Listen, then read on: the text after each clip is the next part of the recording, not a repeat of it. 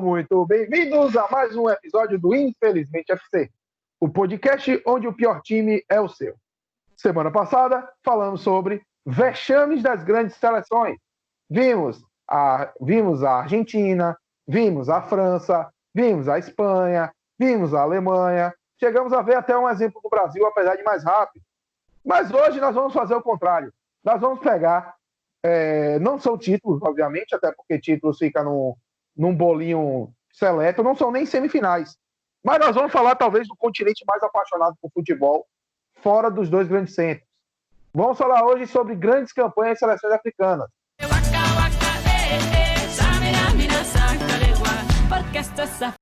Eu sei, seleções africanas normalmente não vão para lugar nenhum, no máximo vão no oitavo de final, tomam um atropelo e vai embora. Mas nós temos aqui alguns casos de seleções que foram além. Inclusive, nós temos o caso de uma seleção que teve o lance mais importante de uma Copa, inclusive. Então vamos falar logo dela. Anderson, nos traga Gana 2010. Bom dia, boa tarde, boa noite, seja lá a hora que você estiver vendo o podcast. Hoje vamos falar da seleção de Gana, que protagonizou aquele lance, né? Aquele tão falado lance com o Soares, que mete a mão na bola no último lance do jogo, dá o pênalti, e o jogador de Gana erra. Tiro livre para Gana. Va a pegarle a la pelota Pancil. Y en el centro hay Nene. Nene. ¡Nos salvamos! ¡Nos salvamos! ¡Nos salvamos! ¡Nos salvamos! ¿Qué dio? Penal, dio. Dio penal. Dio penal. O dio gol. Dio penal. Penal.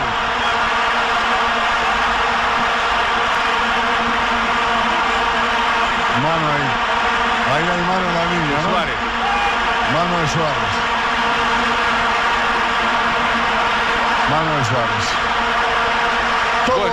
Todo el tiro libre que no fue de Fuchini, que cobró en línea, ¿no?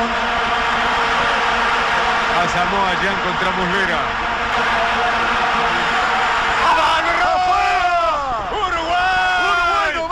Mas no final, eu vou explicar por que eu escolhi falar dessa seleção e tem muito a ver com esse jogo e esse lance em específico.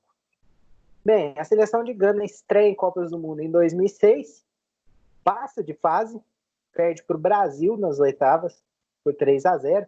Inclusive, para os ganeses, foi um grande orgulho, eles dizem, ter jogado com aquela seleção, porque era a primeira Copa de Gana, que tem muita tradição no futebol africano. Nos anos 90, tinha dois dos melhores jogadores africanos da Europa, que era o Abedi Pelé, que é o Pelé do futebol ganês, não só pelo nome, e o Yeboah, que jogou no futebol alemão, no Eintracht Frankfurt, na década de 80 e 90. Mas nunca tinha ido para uma Copa do Mundo, e foi em 2006. A grande estrela da companhia em questão era o zagueiro Samuel Kufur, fez carreira longa no Bayern, vários títulos, né? É um ídolo do Bayern, dos grandes zagueiros africanos da história, né? Pelo menos no âmbito europeu. E bem, Gana começa com um problema, que é o técnico da seleção na véspera da Copa do Mundo, Radomir Djurkovic, serve de 60 anos. Ele dá uma entrevista falando que jogadores negros e africanos eram indisciplinados nas vésperas da Copa. Tipo, obviamente pegou muito mal, né? Os jogadores acusaram o técnico de racismo. E mesmo assim, né, com esse climão, Gana vai bem na Copa de 2006, cai nas oitavas, passa de fase, né, num grupo que não era dos mais fáceis, não. Era campeã Itália, a República Tcheca, que estava numa geração de ouro na época, né? Nedved, Barros, Peter Cech, dentre outros. E os Estados Unidos, né, que é uma seleção tinha muito mais cancha que Gana. E Gana passa vencendo os Estados Unidos e República Tcheca, inclusive, né? Passa com 6 pontos. E, bem, depois dessa Copa, o técnico Radomir Djurkovic, na verdade, é demitido, né? Até porque não tinha muito sentido ele ficar, os jogadores detestavam ele. E ficou para o técnico francês Claude Leroy tocar o projeto. Leroy é um técnico que fez carreira no futebol africano, inclusive treina as seleções africanas, até hoje treina a seleção de Togo, do Adebayor. E a missão dele era não era das mais difíceis, porque a seleção de Gana que disputa a Copa 2006 era uma seleção muito jovem. Só tinha um jogador acima dos 30 anos, 3 de 29 anos, e o resto é tudo 25, 26 e menos que isso, né? Tinha jogadores com 20 anos, inclusive o Asamoah Gyan. E uma geração boa surgindo, com grande destaque para o Asamoah, ele ponta barra lateral, que hoje joga na Internacional, jogou muito tempo na Juventus, na Udinese. Bem, ele teria usando o fim do ano de 2006 e mais no ano de 2007 apenas como amistosos, já que em 2008 teria a Copa Africana de Nações e Gana era sede, então já estava classificado. E o técnico Leroy, sem precisar fazer grandes alterações, né, porque, como eu disse, a geração era boa e jovem, ele vai, toca os amistosos, sem resultados normais, inclusive ele chega a jogar com o Brasil, né? Gana perde 1-0 para o Brasil, gol do Wagner Love, Brasil do Dunga. Só teve uma aberração nesse processo, foi tomar 5-0 da Arábia Saudita, e não foi dos resultados mais legais de se ter. Mas de resto, algumas boas vitórias, né? Jogou contra as seleções asiáticas e chega à Copa Africana de Nações de 2008. Onde Gana vai cair num grupo com Guiné, Marrocos e Namíbia. E a seleção começa muito bem. 3 vitórias, 2-1 na Guiné, 1-0 na Namíbia, 2-0 no Marrocos. Nas quartas, vence a Nigéria por 2-1. Nigéria, que é bom lembrar que é a grande seleção do futebol africano junto com Camarões. E é justamente Camarões que Gana vai perder na semifinal de 1-0. Vence a disputa em terceiro lugar contra a Costa do Marfim, a badalada Costa do Marfim por 4-2, mas acaba ficando aquele gostinho amargo, né? Porque afinal a Copa Africana era em Gana. E o técnico Leroy balança nesse processo, né? Porque o objetivo era ganhar a Copa Africana de Nações e Gana tinha time para isso, né? Já tinha mostrado na Copa do Mundo e tinha uma geração muito boa surgindo, né? Eu repito. A seleção que foi para a Copa Africana era basicamente a mesma da Copa de 2006, com alguns jogadores entrando nesse processo, como, por exemplo, o próprio Asamoah, o André Ayew, que até hoje joga na seleção ganesa com 18 anos, filho do Abedi Pelé, vai também para essa Copa Africana. Mas o grande nome da época foi o Quincy Ovuzu-Abeyi. O Thiago deve saber quem é um jogador surgido da base do Arsenal, inclusive tinha todo um hype em cima dele na época, e ele era nascido na Holanda, mas decide jogar por Gana. Ele estava emprestado para o Celta de Vigo na época, ele joga todos os jogos dessa campanha, os 6 jogos, e essa naturalização do Ovuzu mostrava que Gana era uma seleção capaz de atrair bons jogadores que são descendentes ganeses que nasceram em outros países, né? E o Ovuzu era cobiçado pela Holanda. Depois não tanto, né? Porque a carreira dele acaba não engrenando. Mas, enfim. Bom, aí Gana perde, mas mantém Claude Leroy no comando. Porém, as 2 derrotas em sequência nos amistosos para o México e para a Austrália acabam derrubando o Claude Leroy do comando. Por quê? Porque a partir dessa CAN seria uma maluquice, né? Porque se em 2007, no pós-Copa em 2006, teve basicamente amistosos, os anos seguintes seriam loucura. Porque tinha a CAN no início do ano, depois, no meio do ano, já começavam as eliminatórias da Copa. Só para contextualizar, era assim. As seleções eram divididas em vários grupos de 4. Passava o primeiro de cada grupo para fazer 5 grupos de 4 na fase final. E o campeão de cada grupo iria para a Copa.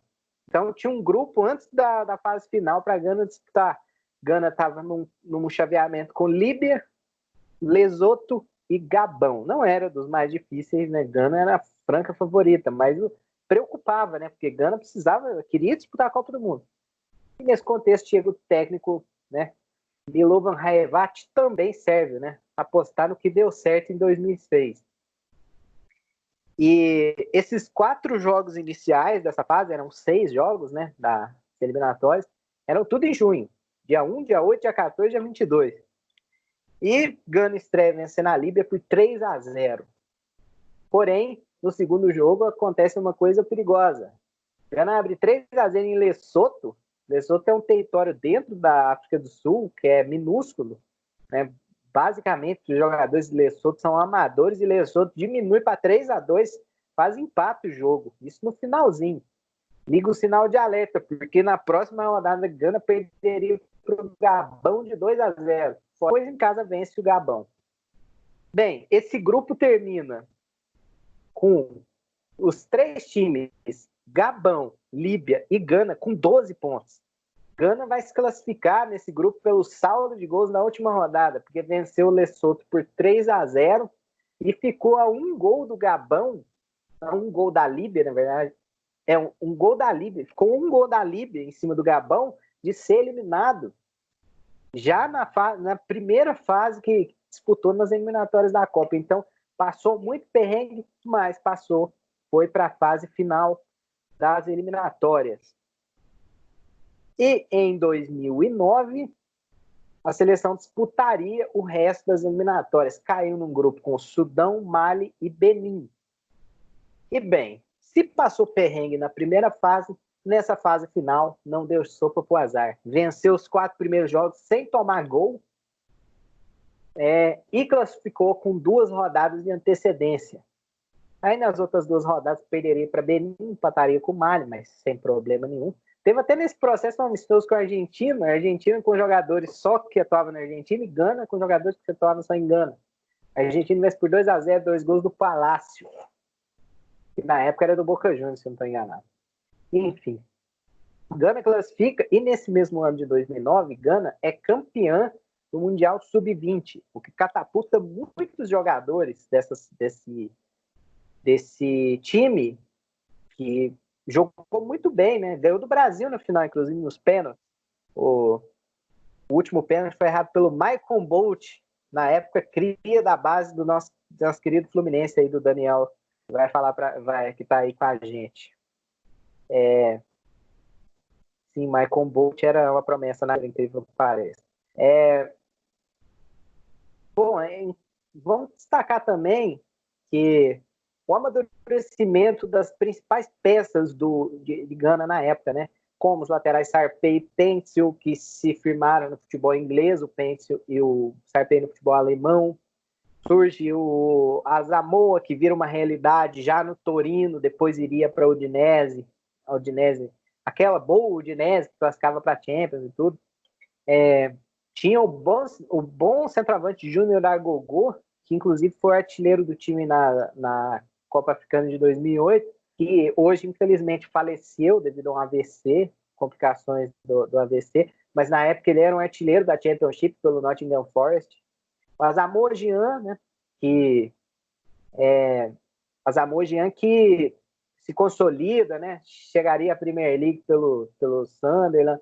André Ayew também começa a crescer, a dupla, principalmente essa dupla, né, Suley Muntari, que vai chegar na Copa do Mundo como campeão da Champions League pela Internazionale, e obviamente o principal jogador disparado, um dos melhores meio-campistas da geração dele, Michael Essien, do Chelsea, volante espetacular.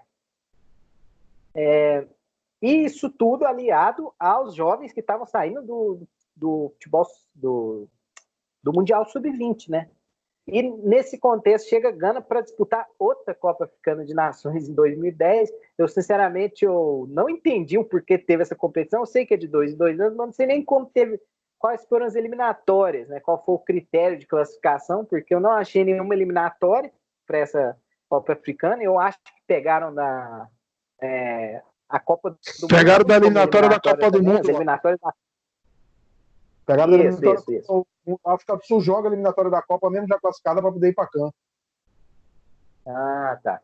Beleza. Então, aí no início de 2010, né, tem essa Copa Africana que é na Angola. Gana cai num grupo com Costa do Marfim, Burkina Faso e Togo. Porém, Togo é excluída da competição por causa de um problema, né? Togo estava atravessando a fronteira lá para chegar na Angola.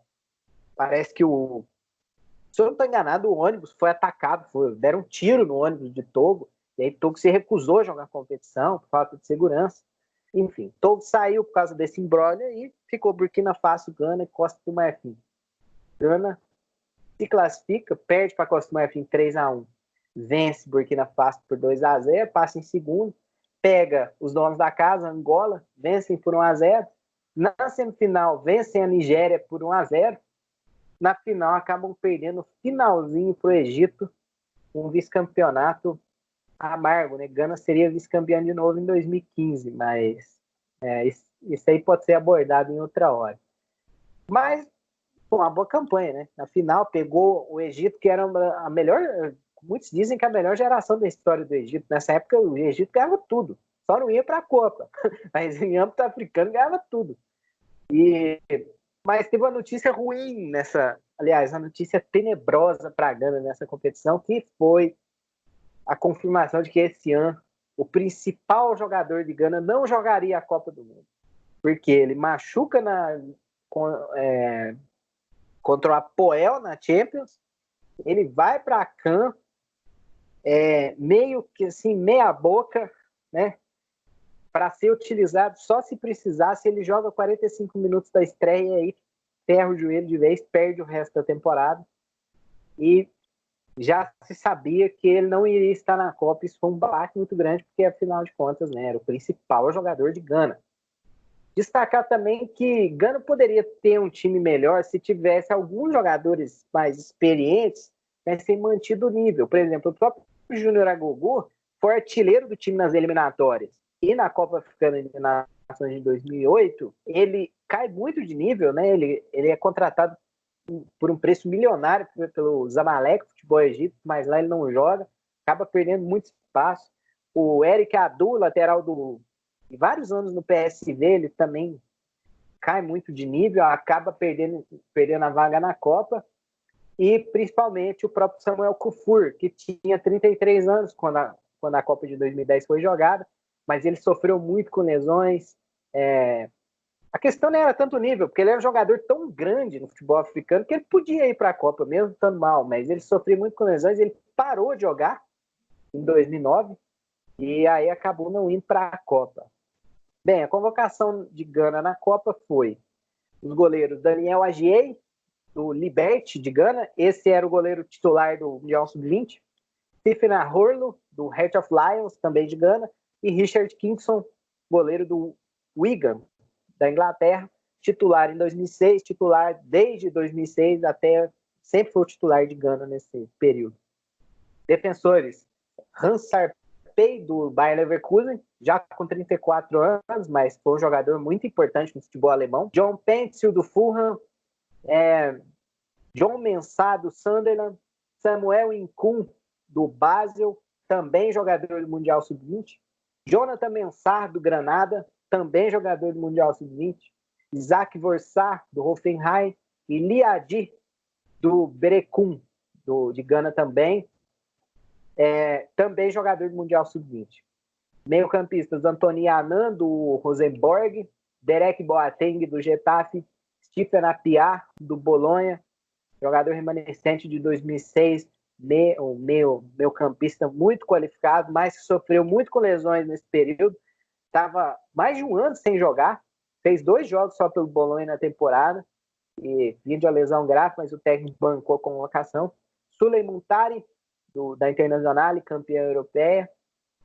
Ibrahim Ayew, do Zamalek, esse irmão do André Ayew e do Jordan Ayew, que hoje joga no Crystal Palace. Ele também é irmão dos dois, mas é um jogador que não é tanto conhecido, mas estava nessa Copa.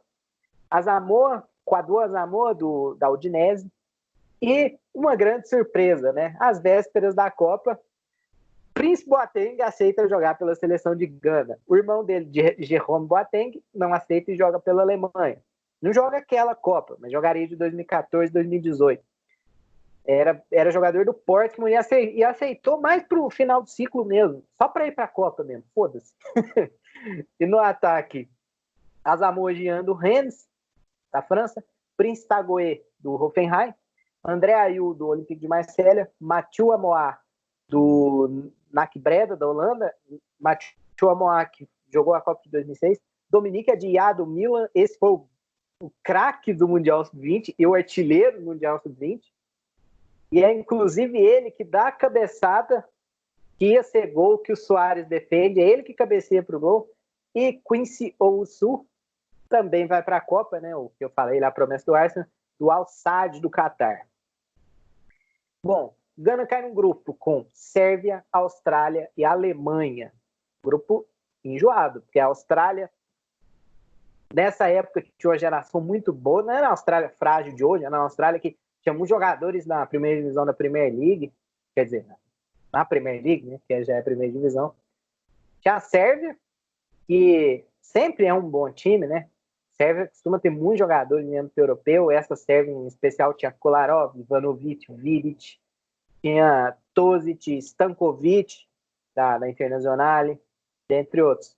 E a Alemanha, né? A Alemanha com renovação e tudo, né? E é sempre a Alemanha. Enfim, a estreia de Gana contra a Sérvia, Gana joga melhor que a Sérvia o tempo todo, mas o gol não sai, mas vai sair no final do jogo, quando num cruzamento, o Kuzmanovic da Sérvia coloca a mão na bola de uma forma extremamente imbecil. Chegou eu. Pede bola Boateng. Aí eu faz o cruzamento. Ele buscou o Boateng. Toca de cabeça o Mano. O Júnior Santos com o Kuzmanovic tocou com a mão. E o árbitro Hector Baldassi também. O árbitro marca a penalidade máxima contra a Sérvia. E dá ainda cartão amarelo com camisa número 22. O Kuzmanovic.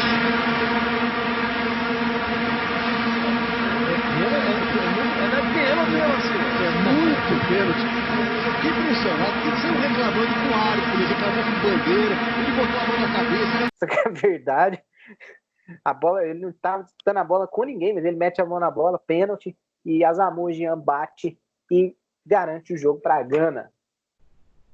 No segundo jogo, Gana pegava, teoricamente, o adversário mais fraco, que era a Austrália, que tinha acabado de tomar 4-0 da Alemanha. Mas começa mal, né? Cobrança de falta de Tim Cahill, Richard Kingson, goleiro, bate roupa e Brett Holman faz 1-0 para a Austrália. Depois, Harry Kewell faria a mesma coisa que o Soares, tiraria um gol de Gana com a mão, seria expulso, mas a diferença é que era aos 24 do primeiro tempo, ele foi expulso. Gyan bateu e empatou o jogo, mas Gana não conseguiu fazer o gol que tanto precisava. Gana que jogava num 4-4-2, né? Geralmente com o meio-campo formado por Anand, Boateng, Pencil e Asamoah. O Muntari era reserva, o Appiah era reserva. Eu não sei exatamente o porquê, mas eram reserva. O ataque era André Ayew e Asamoah Gyan. Bom, esse empate ferrou muito os planos de Gana, né? Porque na última rodada, Gana pegava a Alemanha. A Alemanha que tinha perdido para a Sérvia, precisava ganhar para classificar. E Gana joga bem contra a Alemanha, perde com gol de Ozil. Kingson se redime, faz uma ótima partida, pegou várias, principalmente uma do Ozil na cara do gol, ele defende. Mas do outro lado também, né? Gana teve duas chances muito boas, mas do outro lado tinha um jovem goleiro, ainda não tão conhecido, chamado Manuel Neuer, que pegou as duas. Mas Gana acaba classificando porque a Austrália vence a Sérvia e os dois morrem abraçados. Classificam a Alemanha e Gana. Gana nas oitavas de final vai pegar um adversário que ele já tinha vencido em 2006, que é os Estados Unidos. E que também pegaria esse adversário na Copa de 2014. Para quem acha que é só Argentina e Nigéria, que é um confronto comum, Estados Unidos e Gana aconteceu nas 3 Copas que Gana jogou. E Gana joga contra os Estados Unidos. Abre o placar logo no início do jogo com um belo gol do Boateng. Ele tira 2 jogadores, arranca e bate no canto do goleiro Howard. Aí, a partir daí, Estados Unidos começa a dominar o jogo e vai empatar o jogo numa bela jogada do Dempsey, que ele dá uma caneta no Mensah. O John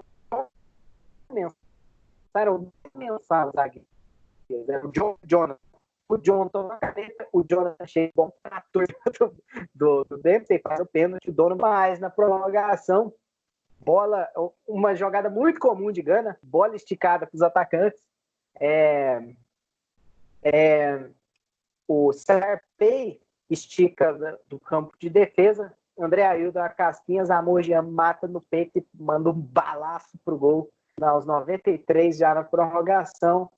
E com mais um gol de Zamor Jean, Gana foi para as quartas de final. E aí aconteceu aquilo que todo mundo conhece, famoso jogo contra o Uruguai.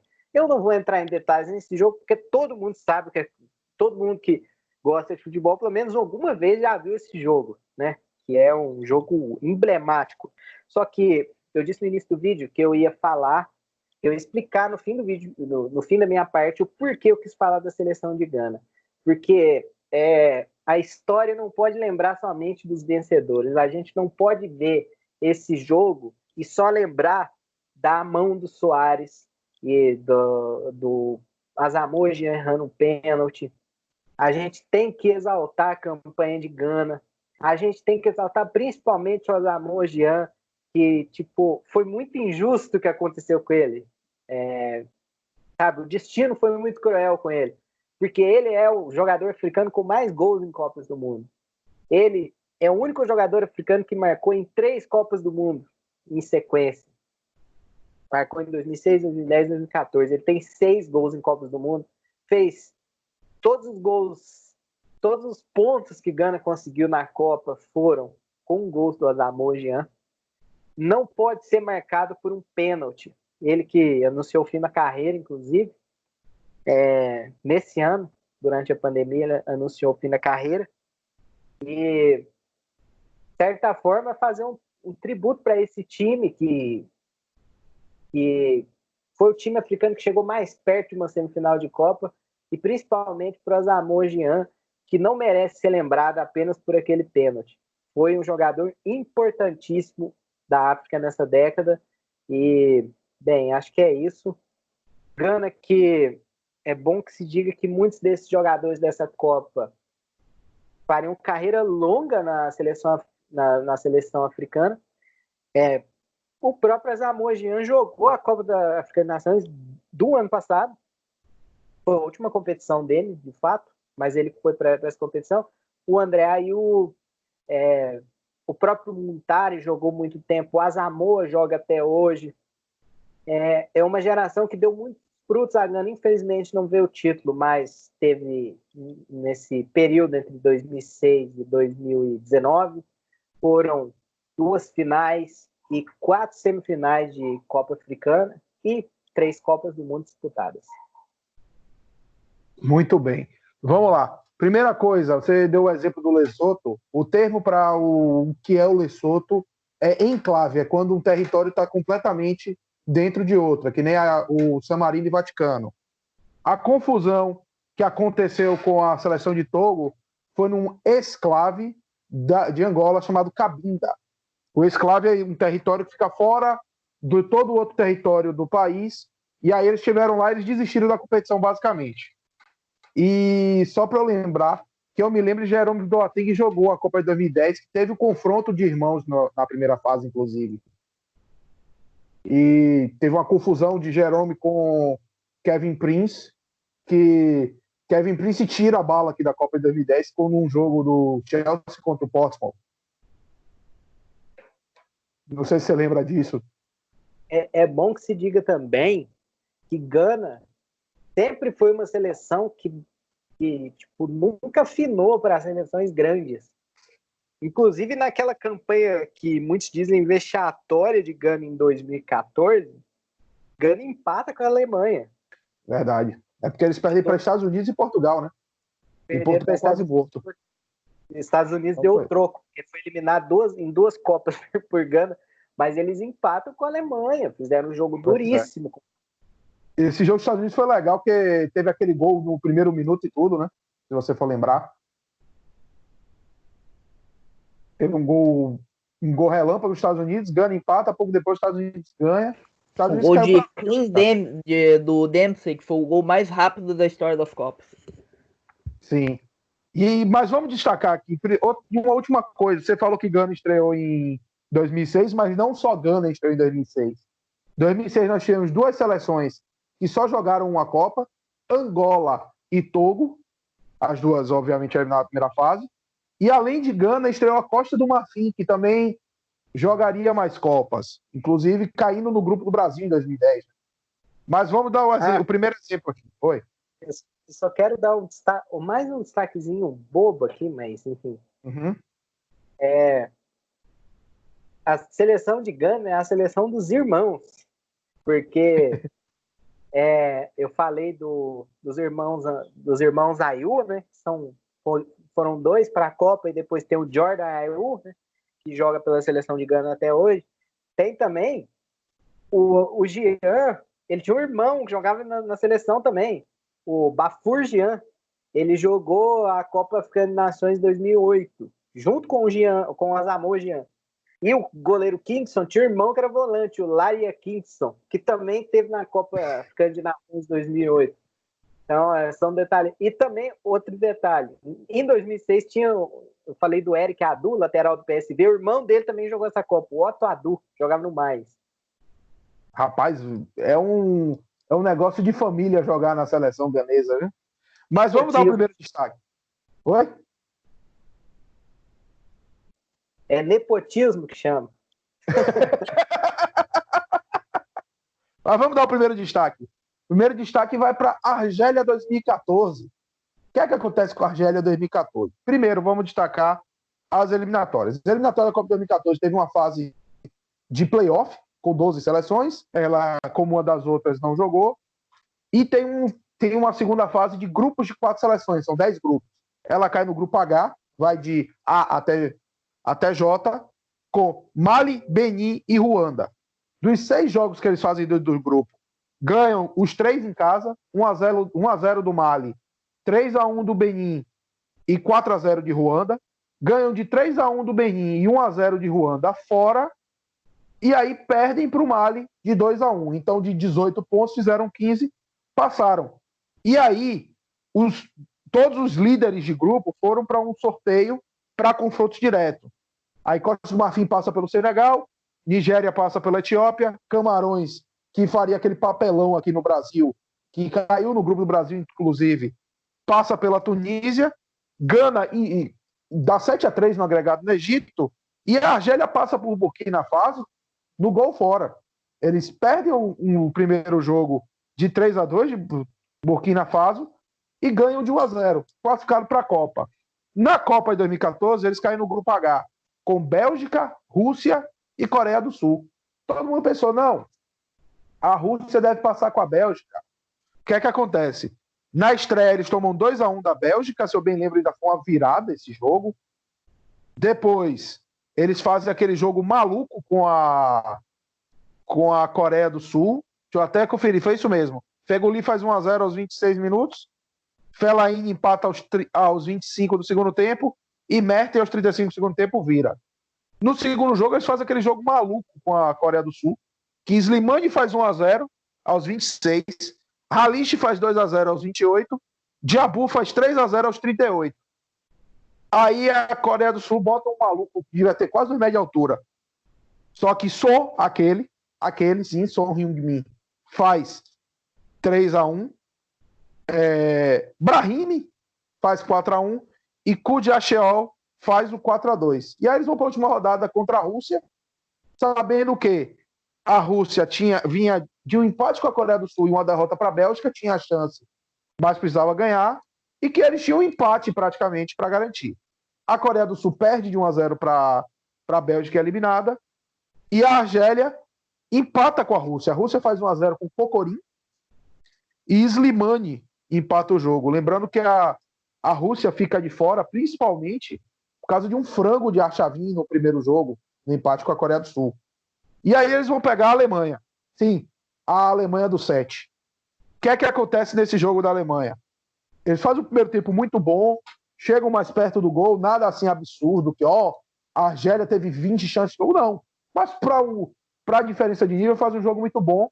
Aí no segundo tempo a Alemanha domina, mas não domina amassando. A Alemanha teve alguns jogos com dificuldades. E aí vai para a prorrogação, eles tomam um gol cedo deixa eu achar aqui o jogo. Eles tomam um gol cedo de Schürrle. Já no final do segundo tempo da prorrogação, Ozil faz um gol, mas um minuto depois, Diabu faz o gol também. Vai para 2-1. E aí fica aquela coisa, será que a Argélia vai para o abafa mesmo? Muito pouco tempo? Não deu. A Argélia é eliminada e a Alemanha foi para ser campeã mundial. Ganha da França, espanca o Brasil e tem aquela final com a Argentina que todo mundo já conhece. Mas vamos seguir que a gente tem um programa para tocar. A gente estava em 2010, vamos voltar 8 anos. Vamos falar da sensação da Copa de 2002. Daniel, nos fale sobre Senegal. Olá, saudações a todos. Bem, Senegal 2002, mais uma seleção que estreia na Copa do Mundo e estreia surpreendendo, né? Como foi Gana, a gente falou de Gana 2010, o Anderson falou, mas 2006 o Gana surpreendeu, passou de fase também em seu primeiro ano. Senegal é uma seleção que tradicionalmente na África, até no ano 2000, era uma seleção pouco expressiva, tinha poucos resultados. A Copa de Nações acontece desde os anos 1950, a cada 2 anos, e o máximo que o Senegal conseguiu foi chegar 2 vezes à fase semifinal. Só isso, nem a final havia chegado. E chegou, inclusive, a sediar em 92 a competição, a última que teve apenas 12 países, depois aumentou para 16, e não passou das quartas de final. Então, nós tivemos as eliminatórias para a Copa de 2002, tivemos uma primeira fase preliminar em sistema eliminatório. A seleção senegalesa enfrentou o Benin, empatou 1-1 fora, ganhou 1-0 em casa, classificou, ok. Um confronto teoricamente equilibrado, mas o Senegal conseguiu passar. E depois foi para uma fase de grupo que só passava o primeiro, 5 grupos de 25 seleções, só para cada grupo classificava para a Copa do Mundo.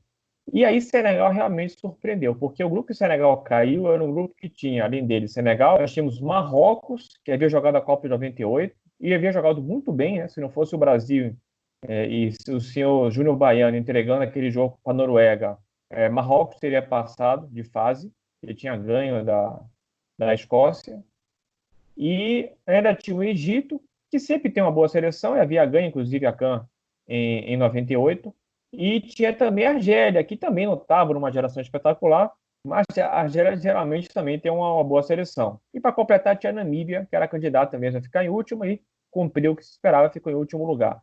Mas, de uma forma geral, um grupo que tem Marrocos, Egito e Argélia, o Senegal era favorito a ficar em quarto lugar, ficar na frente somente da Namíbia. Mas a seleção senegalesa foi muito bem nessas eliminatórias. Chegou a última rodada com uma indefinição muito grande, porque a gente tinha, naquela época, a seleção do Marrocos com 15 pontos, o Senegal com 12 e o Egito também com 12. E na última rodada, nós tínhamos o Senegal jogando fora, precisava ganhar, ganhando passava o Marrocos no saldo de gols, na época era saldo de gols no confronto de desempate, e tinha o Egito, só que o Egito estava com a mesma pontuação do Senegal, só que com um saldo bem melhor. Então o Senegal tinha que golear seu último jogo fora de casa contra a Namíbia para garantir a vaga. E Senegal goleou, fez 5-0 na Namíbia, conseguiu a classificação para a Copa, já que o Marrocos ficou só assistindo, não jogou aquela última rodada, e o Egito só ficou no empate com a Argélia fora de casa, um grande clássico, inclusive 1-1. Então o Senegal conseguiu a classificação inesperada, passou por Marrocos, Argélia e Egito. Foi a Copa do Mundo, mas cheio de certezas, né? Tinha alguns jogadores no futebol francês de qualidade, mas é uma seleção pouco expressiva. Eu também não tinha muita confiança quanto à seleção do Senegal. Mas aí nós tínhamos naquela época, foi assim até 2012, melhor 2010, que 2012 não teve Copa do Mundo, a gente tinha em janeiro, fevereiro, a Copa de Nações, e nós tínhamos em junho e julho a Copa do Mundo. Então a gente normalmente tinha um parâmetro de como estavam as seleções africanas para a Copa do Mundo, já que a gente tinha uma CAN meses antes. Claro que existem algumas exceções, né? Se a gente for ver, por exemplo, Gana em 2006 fez uma Copa de Nações horrorosa, perdeu do Zimbábue, foi uma tragédia, mas na Copa do Mundo foi muito bem. Mas Senegal, eu lembro que passava na ESPN os jogos da Copa Africana de Nações, acompanho todas desde 98, graças à ESPN, e assim, o que se viu foi uma seleção muito, mas muito, muito interessante mesmo, a seleção senegalesa. Caiu num grupo difícil, um grupo complicado, eram 4 grupos de 4. No primeiro jogo enfrentou o Egito, né, que já havia derrotado na briga por uma vaga para a Copa do Mundo, venceu o jogo por 1-0. Depois, na segunda rodada, enfrentou a Zâmbia, uma seleção também interessante, né, não costuma ser uma grande seleção africana, mas sempre dá trabalho, venceu também 1-0. E no último jogo, com a seleção da Tunísia, então grupo assim, com Egito, Tunísia e Zâmbia. Tudo bem, o Senegal é melhor que o Zâmbia, mas assim, muita gente classificava no Egito e Tunísia, eles vão passar. O Senegal classificou para a Copa, mas é só isso daí, não. O Senegal passou em primeiro lugar, depois nas quartas de final, venceu com certa tranquilidade a República Democrática do Congo por 2-0, e só foi sofrer o primeiro gol naquela Copa Africana de Nações aos 88 minutos, no jogo de semifinal contra a Nigéria. Vencia por 1-0, Papa Bouba Diop fez um gol, mas o Agarrou empatou no finalzinho, mas na prorrogação a seleção senegalesa, com o Salif Diao, conseguiu fazer 2-1 e foi para a final. Chegou na final contra Camarões, essa Copa Africana de Nações foi disputada em Mali. Na grande final em Bamako, a seleção senegalesa empatou 0-0 com Camarões, mas acabou perdendo nos pênaltis. Chegou a estar ganhando nos pênaltis, ganhando de 2-1, mas tomou virada e acabou sendo vice-campeã. Mas já mostrou ali, ao menos ali, ao meu ver, que olha, essa seleção é interessante. Já tinha alguns bons jogadores se destacando, né? É claro que naquela época a gente já tinha, era um período de transição já, não era aquelas seleções africanas que ninguém conhecia, já tinham vários jogadores jogando em futebol europeu, justamente na França, mas a Liga Francesa não era uma liga de grande destaque, não era uma liga que as pessoas acompanhavam, então alguns jogadores começaram a despertar aí o interesse das pessoas. E chegou a Copa do Mundo, sorteio da primeira fase, a Copa do Mundo no Japão e na Coreia do Sul, e Senegal coube a ele abrir a Copa do Mundo com a atual campeã. Antes era assim, foi a última vez que a atual seleção campeã abria a competição, fazia o jogo de abertura. O Brasil abriu em 98, a Alemanha abriu contra a minha Bolívia em 94, e em 2002 foi o último ano que a gente teve isso. Então a França, campeã do mundo e campeã da Eurocopa, tinha um time espetacular, a França, espetacular. Assim, aquela França, aquela geração da França, se enfrentasse a atual, sinceramente, vamos nos questionar quem venceria, porque aquela seleção francesa era muito boa, muito boa. Tinha ganho também a Copa das Confederações, mas a competição um tanto quanto mais fraca. Inclusive venceu contra Camarões, se não me engano, um gol de ouro, jogando em casa. Aquela Copa das Confederações que teve a morte de um camaronês, né, em campo.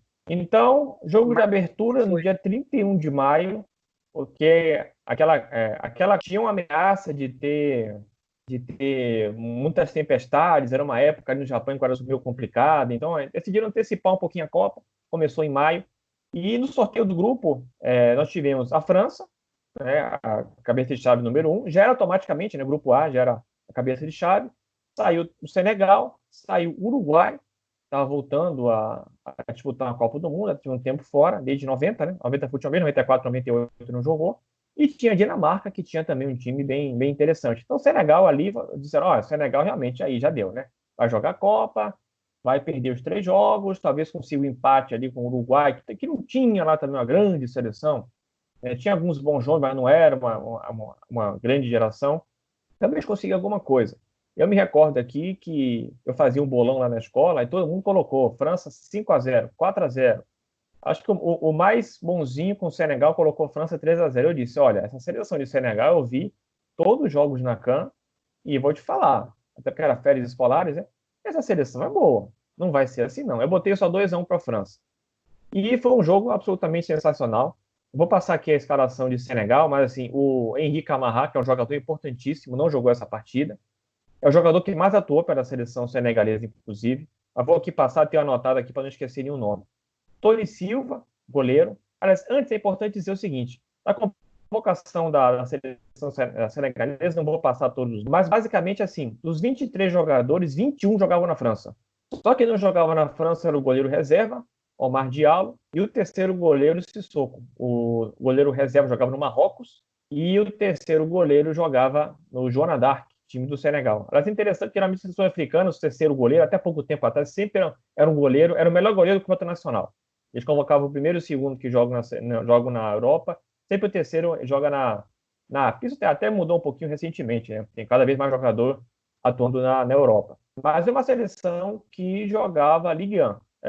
Todo mundo se conhecia ali de competir uns contra os outros. Então, de 23 jogadores, 21 jogavam no mesmo campeonato. Então, o time que jogou essa partida contra a França foi o Tony Silva, goleiro. Tinha o Ferdinand Coly, que era muito bom jogador de defesa. O Lamine Diatta, o Pape Malick Diop, o Omar Daf, o Aliou Cissé, que era o capitão e hoje é o treinador da seleção senegalesa. Ele foi treinador na última Copa do Mundo por Senegal. Aliás, foi o único treinador negro de toda a Copa do Mundo. O Moussa Ndiaye, Papa Bouba Diop, o Salif Diao, foi muito importante na Copa Africana de Nações, o Kalilou Fadiga e o El Hadji Diouf. O treinador é o Bruno Metsu, francês, infelizmente, fiquei muito triste quando ele faleceu, tem alguns anos, se não me engano foi de câncer, treinador ali que fez um trabalho fantástico pela seleção do Senegal. Nesse jogo de abertura com a França, o jogo foi em Seul, a seleção senegalesa fez 1-0, ganhou o jogo com o gol de Papa Bouba Diop. Foi uma surpresa assim, incrível, porque o Senegal fez um bom jogo. Não foi aquela seleção que achou um gol e a França meteu 4 bolas na trave, não. A França chutou bola na trave, sim. Se não me engano, foi com 13, foi com o Henry, se não me engano. Mas o Senegal também chutou bola na trave. O Senegal teve chance de fazer 2-0. Então foi uma atuação muito boa do Senegal. O time foi muito consistente, muito bem armado. E com o gol do Papa Bouba Diop, ganhou esse primeiro jogo de 1-0, surpreendendo todo mundo. Depois vamos para o segundo jogo. No outro jogo do grupo, a Dinamarca tinha vencido o Uruguai 2-1. Então, nós tínhamos Senegal e Dinamarca, primeiro e segundo lugar. A Dinamarca foi o número de gols marcados na frente. Depois, Senegal foi jogar justamente com a Dinamarca. Tomou um gol no início do jogo, um gol de pênalti do Thomasson, 1-0. Depois, no segundo tempo, o Salif Diao empatou a partida, logo no início do segundo tempo, primeiros minutos, só que ele foi expulso. E Senegal teve que jogar o restante da partida com um jogador a menos, conseguiu segurar a Dinamarca relativamente bem. O jogo acabou 1-1. Olha, é interessante lembrar que Senegal fez 3 alterações nesse segundo jogo. Eu falei, pô, mas isso é banal. No primeiro jogo, o Senegal não fez nenhuma alteração. Aquela vitória contra a França por 1-0, Senegal não trocou nenhum jogador. Começou com os 11, terminou com os 11. Bruno Metsu, acho que levou aquele lema de time que está ganhando não se mexe. Então, começaram com 11 e terminaram com 11. A seleção francesa ficou no 0-0 com o Uruguai, um jogo bem feio. Então, basicamente, a gente chegou na última rodada com Senegal e Dinamarca, 4 pontos. França e Uruguai, 1 ponto. E a gente tinha, basicamente, 2 confrontos diretos. A gente tinha o confronto entre Senegal e Uruguai, 4 pontos Senegal, 1 ponto Uruguai, e Dinamarca e a França. Não é que o Zidane não havia jogado ainda, se não me engano, o Zidane estreou no último jogo contra a Dinamarca. E assim, a França compõe a Dinamarca contra 4. Então, basicamente, ali, a dupla Senegal e Dinamarca jogava pelo empate, e a dupla França e Uruguai, os mais tradicionais, cotados a classificar, tinham que vencer. Então, o que aconteceu? A Dinamarca venceu a França foi realmente melancólica, isso já foi, inclusive, abordado. A Dinamarca venceu 2-0, e o Senegal jogava por empate contra o Uruguai. O que aconteceu? O Senegal foi para o ataque, não jogou acovardado pelo empate, fez 1-0 com Fadiga de pênalti com 20 minutos, e aí Senegal emplacou um gol atrás do outro. O Papa Bouba Diop marcou com 26 minutos, e depois, aos 38, Papa Bouba Diop, de novo, fez mais um gol, fez 3 gols naquela Copa, os 3 gols nessa primeira fase. Senegal abriu 3-0 na seleção uruguaia. Bouba Diop, o autor do segundo gol do Senegal, Camara. Vem o cruzamento, toque pro gol! Entrou. Gol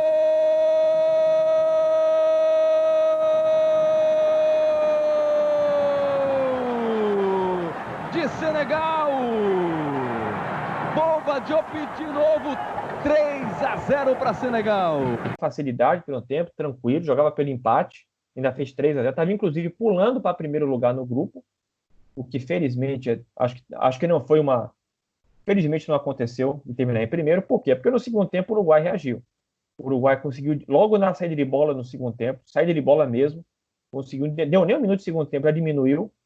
Depois Forlan, ele conseguiu diminuir para 3-2, lá pela metade do segundo tempo, e depois Álvaro Recoba, acho que ali eram os dois melhores nomes daquela seleção uruguaia, no finalzinho fez de pênalti, e eu lembro que eu assisti esse jogo, alternando com o da França, o Uruguai quase virou no final, teve uma chance clara, uma cobrança de escanteio, uma cabeçada que passou raspando a trave. Então o Senegal, que fez 3-0, relaxou demais no jogo, mas conseguiu depois segurar o 3-3, classificou em segundo lugar do grupo, o que não foi, na minha opinião, uma coisa ruim.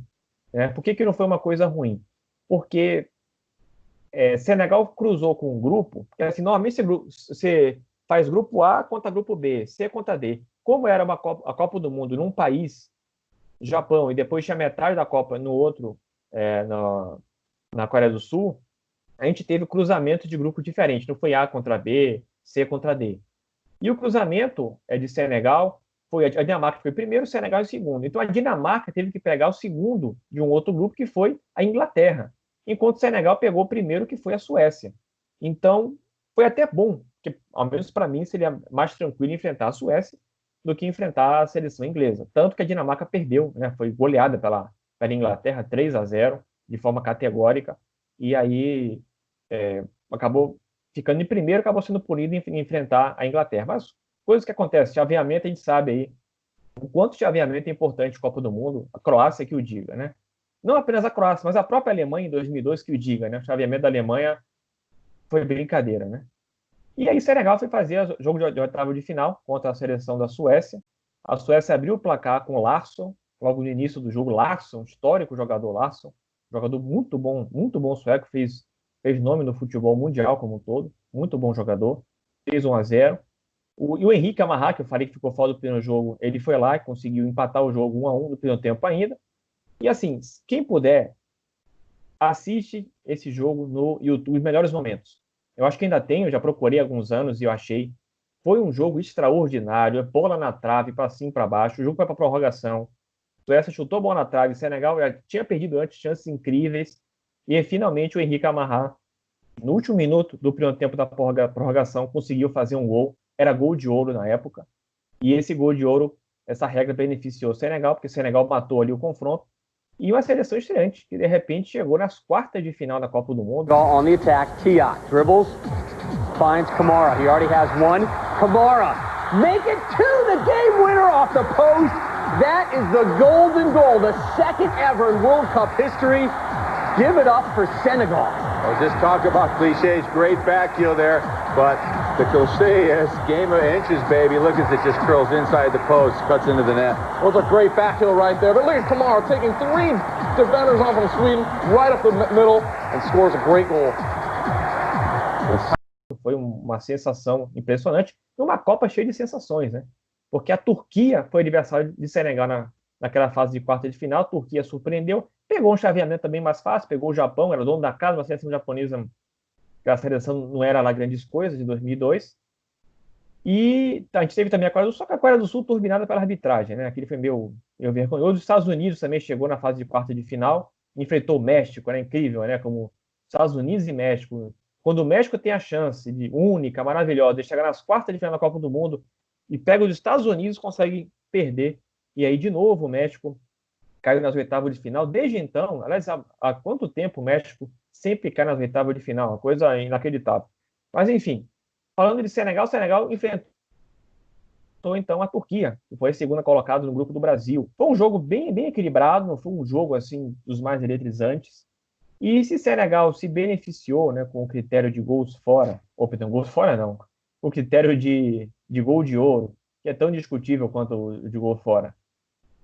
Contra a Turquia, não. Contra a Turquia as coisas não deram certo, porque o Ilhan Mansız, ele fez um gol logo no início da prorrogação, e aí a Turquia venceu o Senegal por 1-0 com esse gol de ouro, e eliminou a seleção senegalesa. Bouland. Diop leaves it towards Diouf, and taken by Rushdu, and this is Arif now. 24 minutes have elapsed. As Turkey hit the fast forward button here, it's Umit Dybala, it's Ilan, it's the golden goal, Turkey are through. They will go to the semi-finals of a World Cup for the first time, thanks to their substitute. Joy Anton finding the Turkish camp. And who... Fez uma Copa do Mundo muito boa. Era uma seleção até de certa forma madura, até porque todos jogavam ali no futebol francês, já tinham né, não era aquela caricatura que faziam de seleção africana, descompromissados, não era. Uma seleção que fez uma Copa do Mundo muito boa, podia ter chegado à semifinal, mas o confronto com a Turquia, assim, que eu lembro, foi um confronto que qualquer um podia ter ganho. Foi a Turquia, podia ter sido o Senegal, não foi uma injustiça, não classificaria assim, e a Turquia chegou à semifinal. Seria uma semifinal Brasil e Senegal, seria uma semifinal para mim espetacular. Não foi, mas essa foi uma seleção senegalesa muito boa. E aí, assim, em relação aos destaques, aí eu já citei alguns, né? Alguns jogadores, mas ali no Papa Bouba Diop, Henrique Amarra, Fernando Diatá, o goleiro Tony Silva foi bem também na Copa.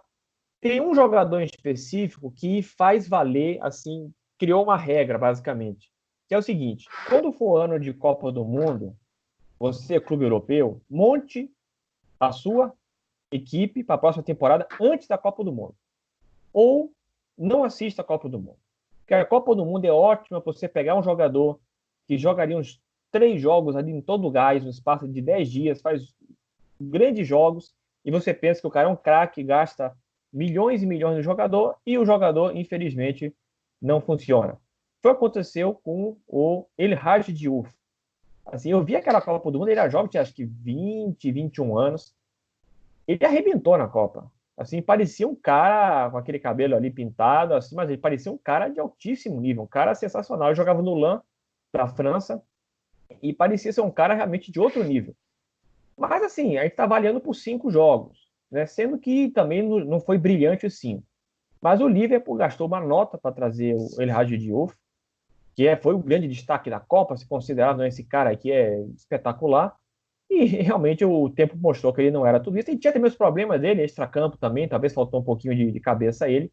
Mas, de qualquer forma, foi um jogador que surgiu na Copa, uma revelação, um jogador espetacular e tal, mas que não se confirmou. Sua carreira depois passou por Bolton, passou por Sunderland, sem muito brilho. E eu fui até buscar agora para essa pesquisa, olha que ele encerrou a carreira. Ele encerrou a carreira no Sabah, da Malásia. Então, encerrou até cedo, encerrou acho que com 33, 34 anos. Então, é um jogador que foi um destaque naquele time, mas aquela história. Você tem que contratar um jogador não por 3, 4 jogos. Por mais que seja uma Copa do Mundo, né, que você pode mostrar que é um jogador que não sentiu o peso de uma competição, de ser estreante, mas é um jogador que não teve todo aquele brilho que se imaginava. Então, o time de vocês, como a gente não é dirigente, torça para montar um time antes de começar a Copa, porque a Copa ilude muita gente, e a Copa às vezes até faz jogador ser eleito o melhor do mundo que não deveria. Mas essa é a história de Senegal. O Senegal depois, de 2004, jogou com a Copa das Nações, não classificou mais para a Copa do Mundo, porque em 2006 caiu num grupo, era um grupo de 6, 10 jogos, então assim, classificava o melhor time mesmo, e o melhor time foi Togo. O Senegal perdeu a vaga para Togo de Adebayor classificou para aquela Copa do Mundo em 2006, né? Mas assim, em 2004 jogou Copa das Nações, caiu para a seleção da casa, caiu na fase de quarta de final, né, para a seleção da Tunísia. 2006 também caiu para a seleção da casa, e aí a seleção senegalesa esfriou realmente, passou por um processo muito complicado, até que em 2014 quase foi para a Copa, aquele confronto ali com a Costa do Marfim, não sei se vocês lembram, no último minuto o Senegal estava praticamente fora, fez um gol, depois a saída de bola quase fez outro, acabou indo a Costa do Marfim, e em 2018 finalmente conseguiu a sua classificação para a Copa.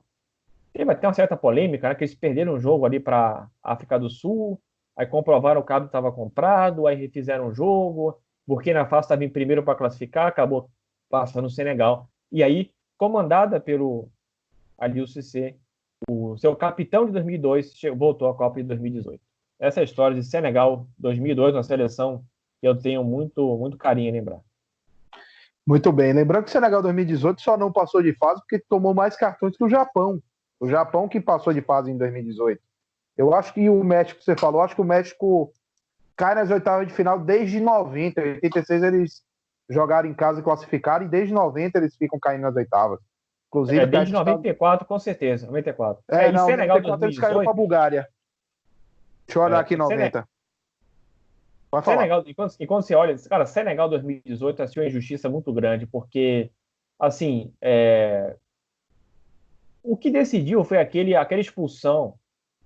Não me lembro que acho que foi o Quadrado, lembro, que logo com 3 minutos de jogo, Colômbia e Japão, ele foi expulso e o Japão ganhou um jogo que nunca ia ganhar, nunca. Então, basicamente, aquele grupo deveria a Colômbia ganhar os 3 jogos, 9 pontos. Apesar que o jogo com o Senegal teve até pênalti para Senegal, depois o juiz voltou atrás, aí a Colômbia ganhou 1-0, e era para Senegal passar em segundo até tranquilo, e aí ficar, e a Polônia talvez em terceiro, e o Japão em quarto. Agora o Japão ganhou 3 pontos de graça contra a Colômbia naquele jogo, que em outra situação jamais, na minha opinião, jamais ganharia aquela partida da Colômbia. Exatamente. Thiago. Fala, Richard.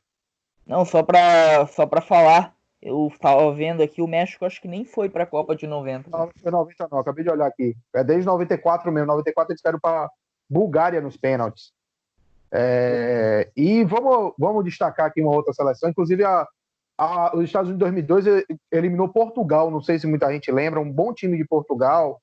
Já sido semifinalista na Euro 2000. Caiu na primeira fase. Mas vamos destacar. Se vocês estão vendo a camisa de Anderson. Anderson está com a camisa da Nigéria 2018. Ficou por isso aqui de passar de fase. Mas deixa eu destacar 2 Nigérias do final da metade final da década de 90.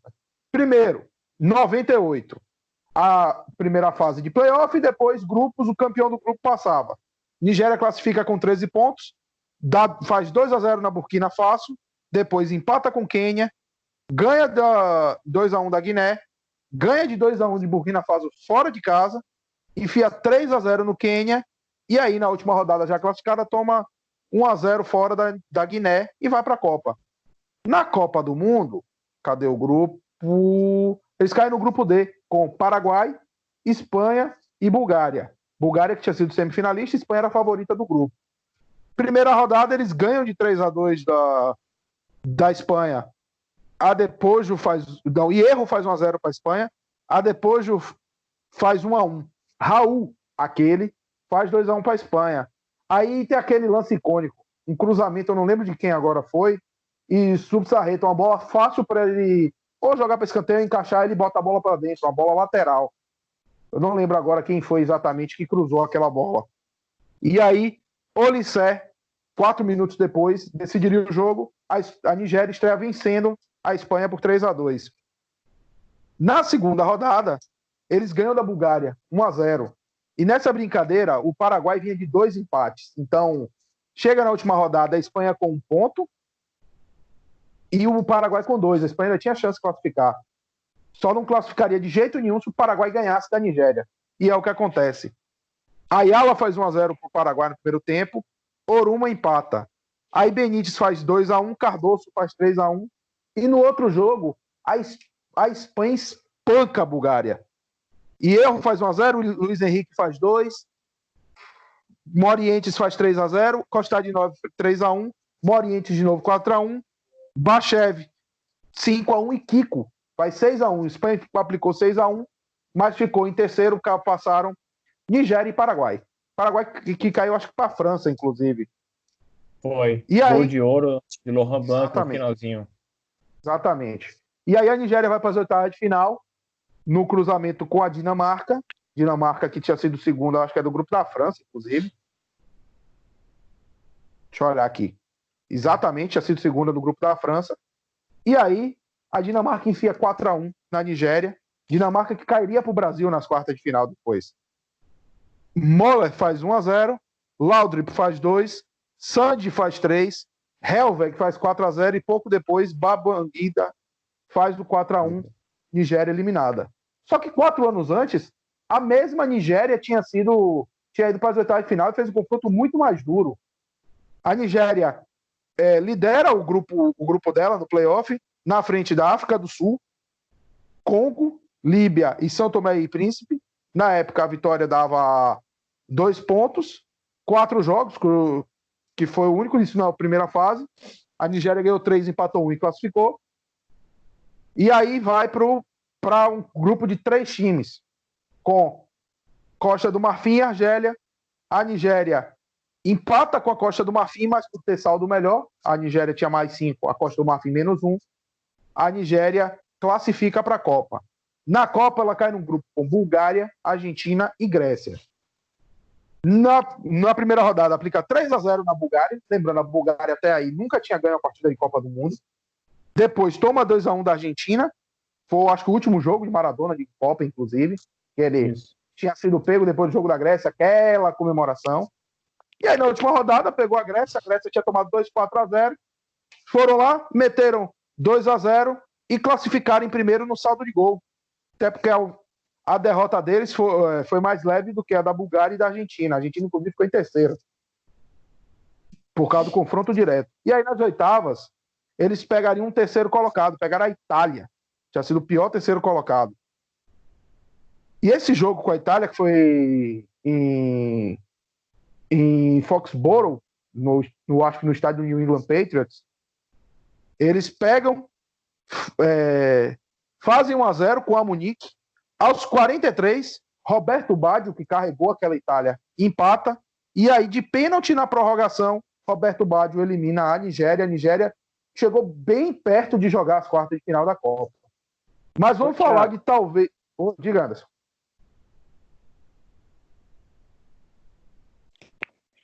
Você está me escutando? Eu estou tentando uns minutos. Pode falar. Morreu tudo. Eu só queria dar 2 destaques. O primeiro, que dos 10 jogadores que mais jogaram com a camisa de Senegal, 5 são daquela seleção. O Henrique Marra, Tony Silva, El Hadji Diouf, Papa Bouba Diop, Malik Diop. Na verdade, são 6. Tem o Moussa Ndiaye também. E outra coisa importante é que se o Uruguai faz o 4º gol contra o Senegal, a vaga também teria sido decidida porque empataria em tudo. E Senegal teve um expulso, né? No jogo. Eu acho que o Uruguai contra a também teve, Dinamarca. Não me recordo, não. Mas eu lembro que o Uruguai acho que passaria, por algum critério, eu lembro que ele passaria. Eu lembro que o Uruguai passaria, mas eu tô na dúvida. Ele dúvida passaria no saldo de gols, porque o Senegal estava com mais 1, passaria a ter menos 1. Aliás, não. Teria que ver... Teria que ver cartões. Rapidamente. O que aconteceu com a Nigéria e Espanha em 98 foi a mesma coisa que tinha acontecido com o Brasil e Marrocos, né? O Marrocos defendia que só o Brasil não perder da Noruega. O Brasil foi lá e perdeu. A Espanha é só a Nigéria, ganhou de todo mundo, não perderam o Paraguai, perdeu. Eu lembro que o Zubizarreta acabou, foi 6-1, né? Acabou o jogo contra a Bulgária. Eu lembro da imagem dele sentado assim, no meio do gramado, todo mundo foi embora, o estádio vazio, ele ficou sentado assim, meio com o olhar perdido. E em 94, aí que tá, a Nigéria acabou sendo meio que castigada, né? Ficou em primeiro do grupo, né? E teve que pegar a Itália. Foi terceiro de um grupo que todo mundo marcou 4 pontos. Todo mundo ganhou um jogo, empatou outro e perdeu. E foi um grupo que a Itália perdeu da Irlanda. E eu lembro que a equipe Jordan, do Ed Jordan, escreveu no carro lá na corrida de Fórmula 1 que teve ali no meio da Copa do Mundo, colocou lá Irlanda 1, Itália 0. Desenhou no carro. A Irlanda ganhou de 1-0, eu acho que foi em Nova York esse jogo, inclusive. A Irlanda, e nesse grupo, quem sobrou foi a Noruega. Eu acho que foi pelo saldo, não lembro bem. Mas vamos fechar as seleções quadrifinalistas.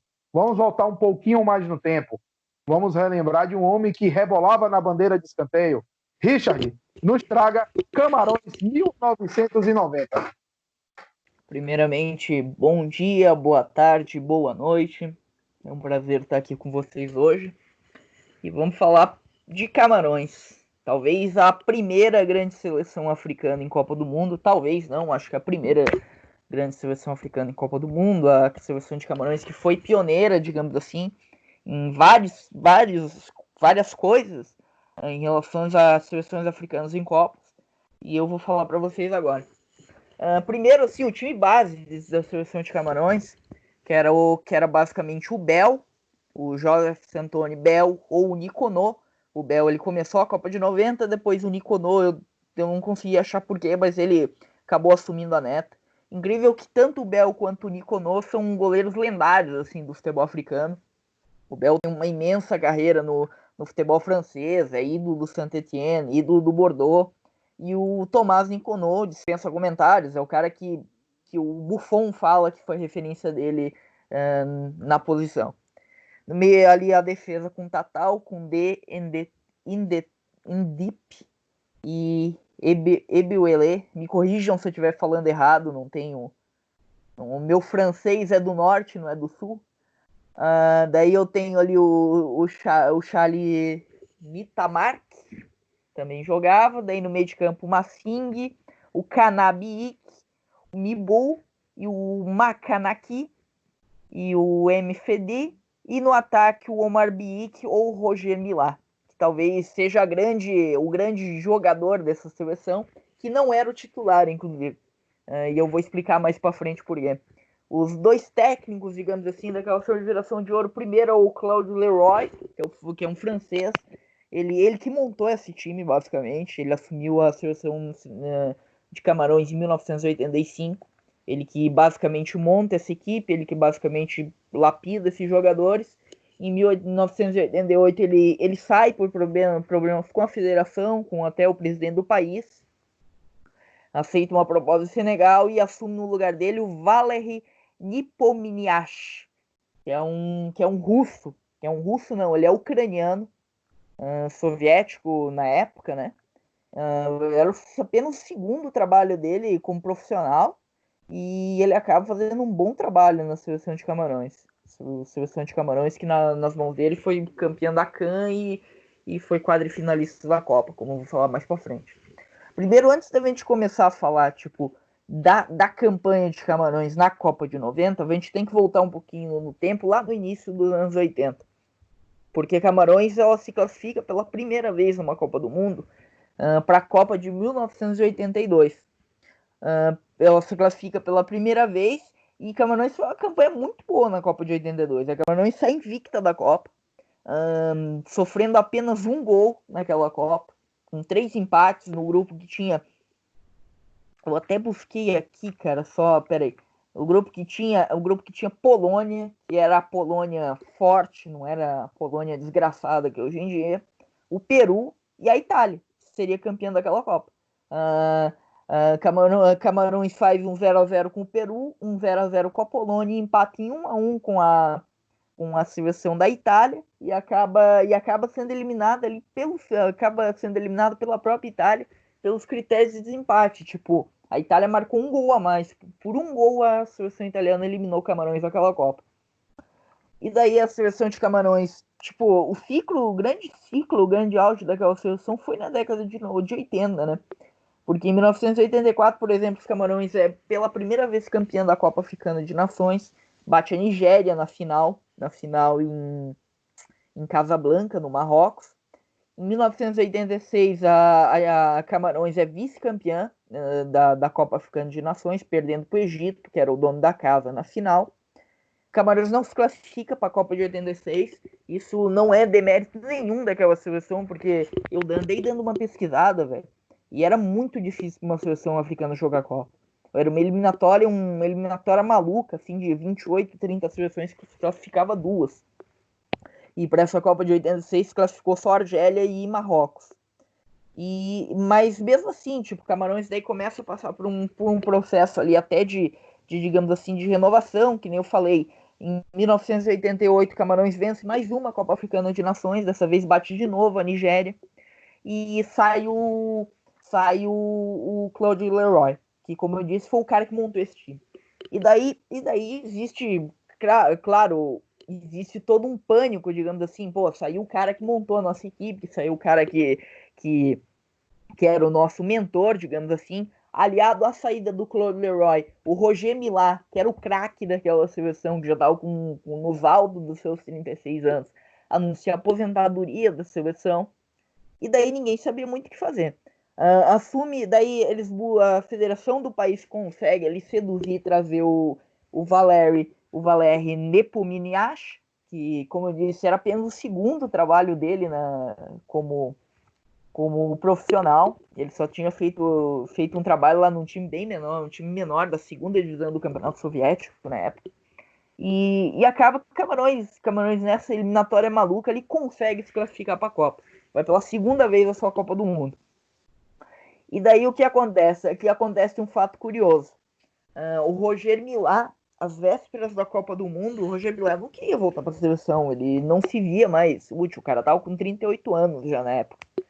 E daí acontece que o presidente da República de Camarões, que é o Paul Biya, ele liga pessoalmente para o Roger Milá e ele pede carinhosamente o seu retorno. E daí o Roger Milá retorna. O Roger Milá, vésperas da Copa do Mundo, da Copa do Mundo de 1990, ele anuncia o seu retorno à seleção de Camarões. Só para vocês entenderem, eu dei uma pesquisada, o Roger Biá, ele é atual presidente de Camarões, tá? Ele nunca saiu de lá. Ele tá no mandato como presidente de Camarões desde 1982. Richard. Oi. Você viu onde o Roger Milá jogava na época que ele foi chamado para a Copa de 90? Ele jogava no Saint-Pierrot, um time da Ilha de Reunião, no território ultramarinho e no Exatamente. Francês. O cara não jogava nem em Camarões, nem na França. Ele já estava praticamente aposentando. Sim, ele estava totalmente fim de carreira. Mas é incrível. E daí tá, Camarões vai pra Copa e Camarões, logo no sorteio, Camarões leva um banho de jogar fria, né? Porque pega basicamente o grupo mais difícil daquela Copa do Mundo. Camarões pega a Argentina, atual campeã mundial. A Argentina de Maradona, de Burruchaga, aquela Argentina de Canidia, de Basualdo. E pega a Romênia de Raj, que tipo, era o auge do futebol romeno. A seleção era basicamente formada pela base do Steaua Bucareste, que tinha sido campeão europeu em 1986, e a União Soviética, que era muito forte. Tipo, a seleção soviética era... Oi? Desculpa, só para quebrar o raciocínio. Você esqueceu de citar o principal jogador da Argentina nessa Copa. Quer dizer, o principal jogador da Argentina no ciclo, que era o Martín Doping.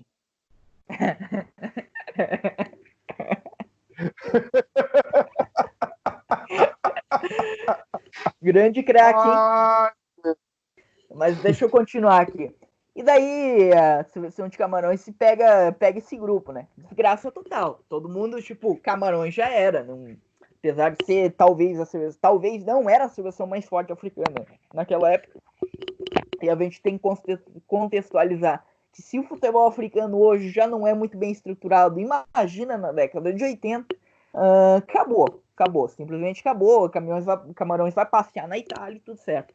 Chega o primeiro jogo, estreia contra a Argentina de Maradona, Batista, Basualdo, Canidia, Burruchaga, e acontece um troço chato. Camarões vence.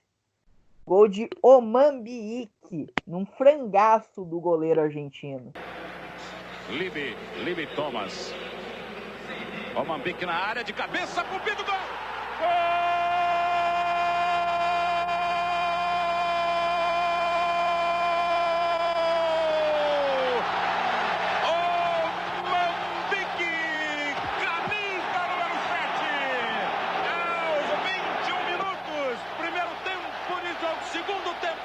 Gol! Escreve agora no placar do estádio San Siro, 1 para Camarões, 0. Eu vi esse lance, é algo absurdo. Richard, aconselho ao ouvinte, e estou pensando seriamente em botar na edição, tem uma expulsão de um jogador de Camarões que ele dá um carrinho que voa a chuteira dele. And Argentina just cannot get themselves going, but here's Canidia. He's hurdled past one, he's got past another in the last minute of this game. In goes smashing, and he won't get past that challenge. And the referee surely will do something about that. It could well be a red card for massing the defender. É isso que eu ia falar. Deixa eu até completar. Tipo, eu vi esse gol, assim, primeiro que esse gol de Camarões é ridículo. Goleiros argentinos não funcionam. É simples assim, é um manual do mundo. Se você é argentino, você pensa em ser goleiro, não pense nisso, você é um bosta. Daí tá, detalhe, Camarões abre o placar com 10 jogadores. O mais interessante desse jogo, Camarões abre o placar com 10 jogadores em campo, porque já tinha sido expulso o Canabique, foi expulso no começo do segundo tempo, e Camarões segura 1-0 com 9 jogadores em campo. O Massing, que é esse até que o Thiagão citou aí, foi expulso perto dos 45 no segundo tempo, numa entrada assim, cara, é uma entrada de cinema, assim, tipo, é pra bater palma, entendeu? O Magrão entra assim com tudo no jogador argentino. O cara deveria receber uma estátua assim no Rio de Janeiro, porque o cara é muito foda. Bater em Argentina é belo e moral. Então aí acontece talvez a maior zebra daquela Copa. Camarões vence a Argentina de Maradona por 1-0. Chega no segundo jogo, Camarões tem mais uma pedreira, que é a Romênia de Popescu, Rotário, Raj, Lacatos, Luciou e Balin, que era a base do Steaua, que era o time pica da Romênia. E Camarões vence por 2-0. Camarões triturou a Romênia nesse jogo. Eu vi todos os melhores momentos na minha pesquisa. E assim, Camarões no primeiro tempo, Camarões segura a Romênia, assim, Romênia quase não ameaça Camarões.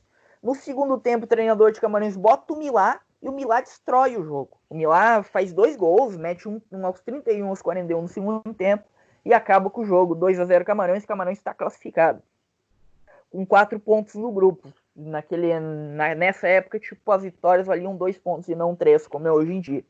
Chega no último jogo, Camarões nem aí pro Kisuko, como diz o outro, e toma 4-0 da União Soviética. Acabou, União Soviética eliminada, passam nesse grupo Argentina e Camarões, e assim, ninguém deu muita bola pra esse 4-0, tipo, a gente já tá classificado. Richard, eu acho que a Romênia também passou, que na época passava os terceiros colocados, e que eu lembro a Romênia caiu para a Irlanda nos pênaltis. Confere aí para mim. Eu vou buscar aqui, peraí.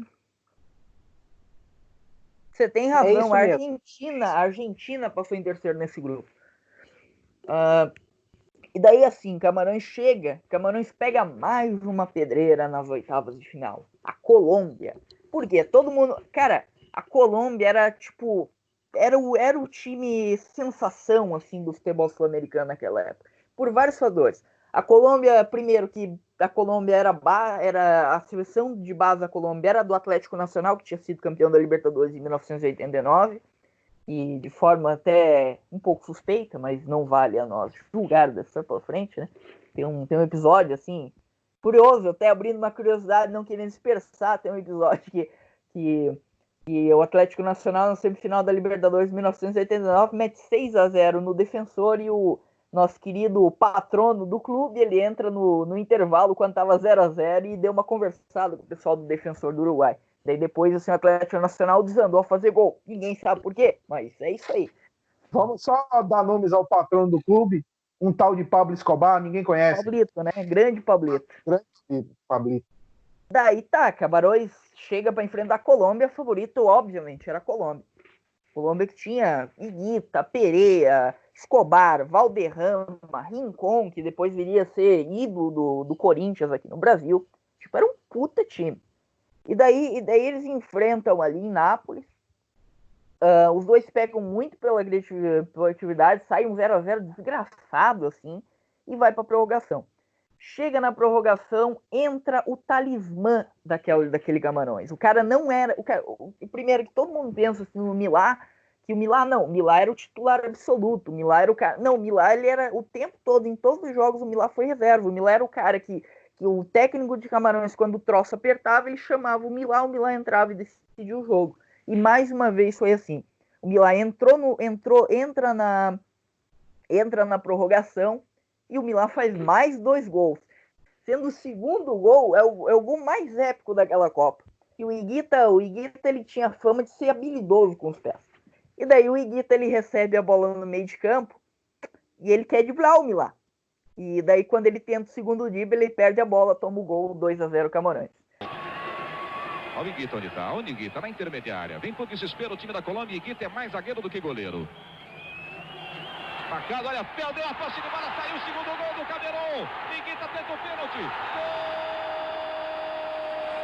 Artilheiro Miller. Crebian, Camerun, Miller. Olha o drible do Higuita, Eu gosto dele lá, mas agora a dose de reverência foi demais. Toca a bola rápida, ele saiu pro drible, era o último homem. Osmar, uma jogada ridícula. Só, em consequência. Tirar por cima da bola com outro jogador se aproximando de Camarões. E tinha 2 zagueiros, um pra lá, outro pra cá, pra tocar. E outra coisa, essa posição dele aí, pra mim, eventualmente ainda vai lá, mas com uma constância que está acontecendo, contraria a lógica total do futebol. Isso aí, qualquer hora isso estava para acontecer aí. Olha o Banco da Colômbia, o retrato é o Banco da Colômbia. Ainda o Redding ainda ia descontar para Camarões, mas acabou, 2-1. Inclusive o Milá deu uma declaração na época depois desse jogo que ele foi curto e grosso, né? Ele tentou me driblar e ninguém dribla o Milá. Foi só isso que o Milá falou, foi bravo. E daí acabou, tipo, o Camarões está ainda nas quartas de final e encara a Inglaterra. Daí eu preciso abrir só um parênteses aqui antes. Eu vi esse jogo contra a Inglaterra, principalmente os melhores momentos, obviamente. Velho, foi uma das maiores injustiças, assim, que eu vi, assim, num jogo de Copa, assim, tipo, Camarões deitou contra a Inglaterra. Camarões merecia muito passar contra a Inglaterra. A Inglaterra não jogou absolutamente nada nesse jogo. Não é à toa que seria quarto colocado daquela Copa do Mundo com honras ao mérito, né? E daí chega o jogo contra a Inglaterra. A Inglaterra, que também era um time bem conhecido, vários jogadores conhecidos. Peter Shilton tinha sido bicampeão com o Nottingham Forest no começo da década de 80. Chris Waddle, David Platt, Paul Gascoigne, Barnes e o Lineker, que seria o artilheiro daquela Copa, com uns trocentos pênaltis para ele bater.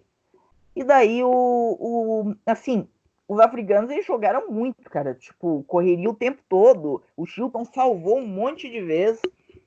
Mas acontece que no primeiro tempo o Platt abre o placar. No famoso futebol foda-se inglês, né? Bola jogada para o lateral, cruzamento para a área. O Platt subiu no meio dos africanos e 1-0. Daí acontece que no segundo tempo o treinador de Camarões chamou o coringa dele, o Milá. E daí o Milá entra e destrói, né, velho? Como sempre. Ele entrou e ele cava o primeiro cava um pênalti para Camarões, que o Koundé faz. E daí depois ele puxa um contra-ataque, dá um passe genial pro EQQ fazer o gol, virada de Camarões. Aqui faltou, e é justamente isso que até vocês falaram ali, acho que o Dalense falou, que existe aquela questão da displicência do futebol africano, tinha muito essa ideia, e muito justamente por causa desse time de Camarões, que assim era um time muito bom, mas era um time muito displicente. Por exemplo, nesse 2-1 eu vi até esse jogo, o normal era tipo Camarões segurar o jogo, mas Camarões não segurou o jogo Camarões segurou apertando e martelando, se abriu todo assim. E aconteceu tanto que tipo Camarões perde um monte de gol, perde um gol de letra com o Mambique, e acontece tipo no final, assim, faltando 7 minutos para terminar o jogo, um pênalti para a Inglaterra, um pênalti discutível, inclusive, e 2-2 o Lineker bate, vai para prorrogação, assim, tipo, o time inglês tá estafado, tá totalmente morto, Camarões, os caras estão correndo o tempo todo, mas aí acontece, assim, um lance bizarro, assim, o Lineker, ele sai, o Gascoigne dá um passo pro Lineker, o Lineker sai, assim, cara a cara no gol, e o Niconô, ele tenta assassinar o Lineker. Não que ele não tenha feito bem, não que ele não tenha feito de modo bonito, mas ele tenta assassinar o Lineker. Pênalti para a Inglaterra, 3-2, Camarões eliminado. Esse é um jogador brilhante. Número 7, Camarões ficou olhando ali, não marcou ninguém. Olha a Inglaterra chegando. Olha o Lineker, faz a fita, vai pro chão, fica pedindo pênalti. O juiz vai lá para marcar, tô falando. Vai Lineker para cobrança, Incone, é a esperança de Camarões. Partiu Lineker, bateu! Gol!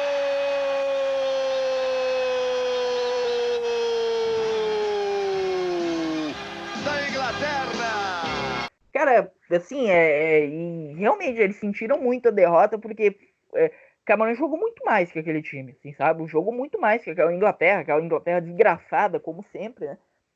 E tanto que Camarões não se recuperaria mais para as outras Copas. Camarões em 94 já é um time bem envelhecido, já vai para a Copa com o próprio Milá, jogando já no futebol camaronês, com 42 anos ele vai para a Copa. Camarões sim, perde dos 3 jogos que fez, perde 2, empata 1 em 2-2, inclusive com um gol do Milá contra a Suécia. E E assim acaba, digamos assim, a história daquela geração. Camarões ainda viria fazer participações em Copas do Mundo. Foi a Copa de 2000, não foi a Copa de 98, foi a Copa de 2002, foi a Copa de 2010 e 2014, mas nenhuma delas passou de grupo. Inclusive, em 2014 fez maior vexame, teve aquela questão dos jogadores brigando por causa de prêmio, foi a pior seleção da Copa e tudo mais.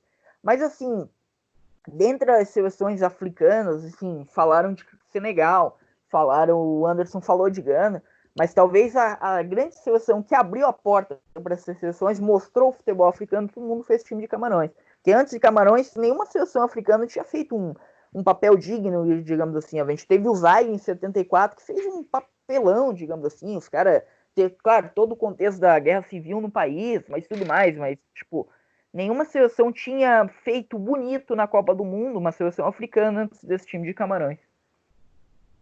Bonito não, mas teve uma que teve injustiça, mas antes.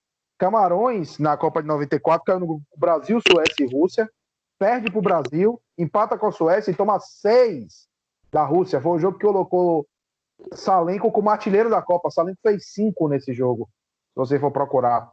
E Milá faz nesse jogo também o gol do Camarões, uma derrota de 6-1, foi de Milá. Milá é o jogador mais velho a fazer um gol em Copa do Mundo. Outra coisa, não, Inglaterra caiu. Termina. Só quero abrir um parênteses assim rapidinho, que eu até esqueci de comentar. Você pega assim a geração desses jogadores, a maioria assim não brilhou muito em clube.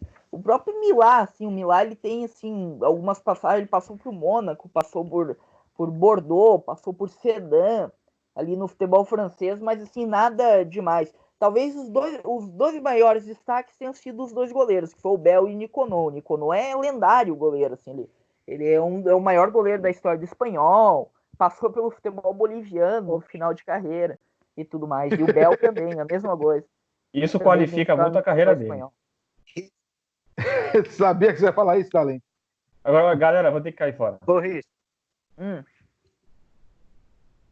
Isso. Pra constar, só para fechar aqui, você destacou o Bel e o Inconô, mas o terceiro goleiro desses Camarões aí, o Jean-Jacques Songo, é um dos poucos jogadores, acho que ele é o único jogador africano que jogou 4 Copas do Mundo. Ele estava em 90, 94, 98 e 2002. Ele era o goleiro titular do título espanhol do Deportivo, jogou muitos anos no Deportivo La Coruña. E foi... Sim, que ele foi o goleiro do seu Deportivo, que inclusive foi zicado nessa temporada, mas vamos deixar quieto. Voltando falando assim, você fala da Inglaterra, a Inglaterra cairia só nos pênaltis, né, para a Alemanha. Claro, pênalti contra a Alemanha em Copa do Mundo não é uma coisa boa. Vamos ser sinceros. Mas a Inglaterra cobrando. Pois é. Mas eles amam essa seleção, inclusive. E o conselho que eu dou, procurem, a BBC tem um mega especial no YouTube, tem, inclusive, da Copa de 90 e da de 94, aconselho assistir os dois. O de 90 é legal para você ver, mais ou menos, como eram as seleções e tal, e 94 que o Brasil foi campeão, né? Mas deixa eu fechar aqui. Você falou o Rigobert Song, eu acho que ele jogou 4 Copas também, né? 94, 98, 2002, jogou 2010. Eu acho que ele jogou 4 Copas, exatamente. Camarões, né? Mas, voltando aqui, você falou de 82. Vamos falar do outro desempenho da seleção que a africana jogou em 82. O playoff para ir para a Copa em 82 eram basicamente confrontos diretos. E aí só sobrariam 2 seleções.